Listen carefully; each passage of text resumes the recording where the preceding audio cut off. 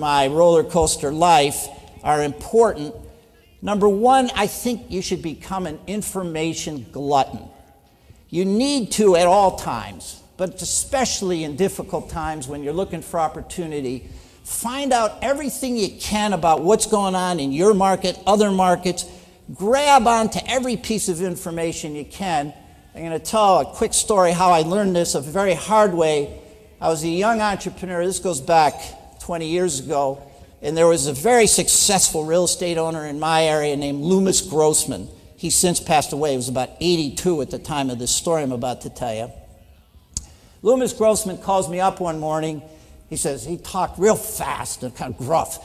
Randel, I want to take you and show you a property, Main Street. I want to see what you think about it, and I'll get you back really quickly.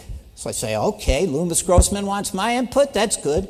I don't know where on Main Street it was, but in Connecticut, Route 1, there's a lot of different Main Streets in these towns.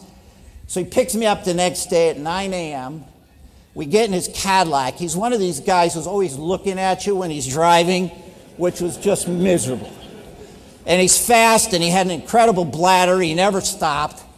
So he starts taking me out on the highway. I said, Loomis, Main Street, Route 1. He said, did I say Main Street? I meant the state of Maine, he said. The state of Maine.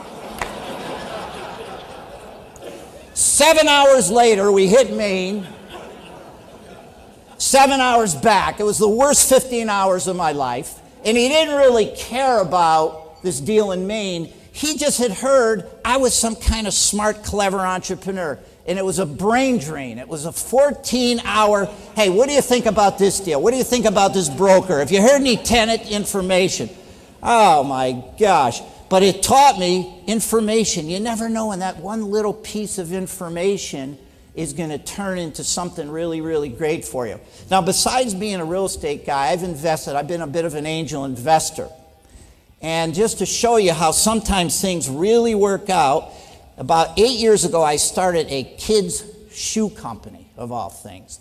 I partnered up with a footwear designer who knew a lot about kids' shoes, and we didn't want to invest the capital to open stores or even to have a wholesale distribution, so we sell only on the internet. Name of our company is Preschoolians. We're only on the internet, and about 2 years ago, somebody says to us, hey, there's this little store in Hollywood that sells to all the celebrity moms and dads. And you ought to see if you can get your shoes in that store. This little tiny piece of information was this little store in Hollywood. So we say, what the heck? We send them some shoes, okay? Fast forward, can somebody put the slide up of what happened to us this June? You see Tiger Woods? He won the U.S. Open this June, and if you recall, it went to a playoff Monday. After the Sunday, it went to a playoff, then it went to sudden death. And that's his little daughter toddling up in our shoes.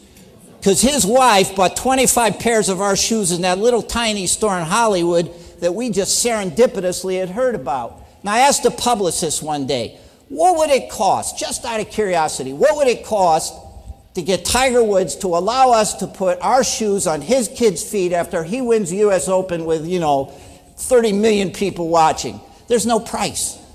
He said, you couldn't do that. The guy makes $100 million a year. What's he care if we didn't give him free shoes? But that little piece of information about this little tiny cubby of a store in Hollywood where the celebrities shopped, our shoes, by the way, are now selling off. We're doing great in the United States. We've become the hottest selling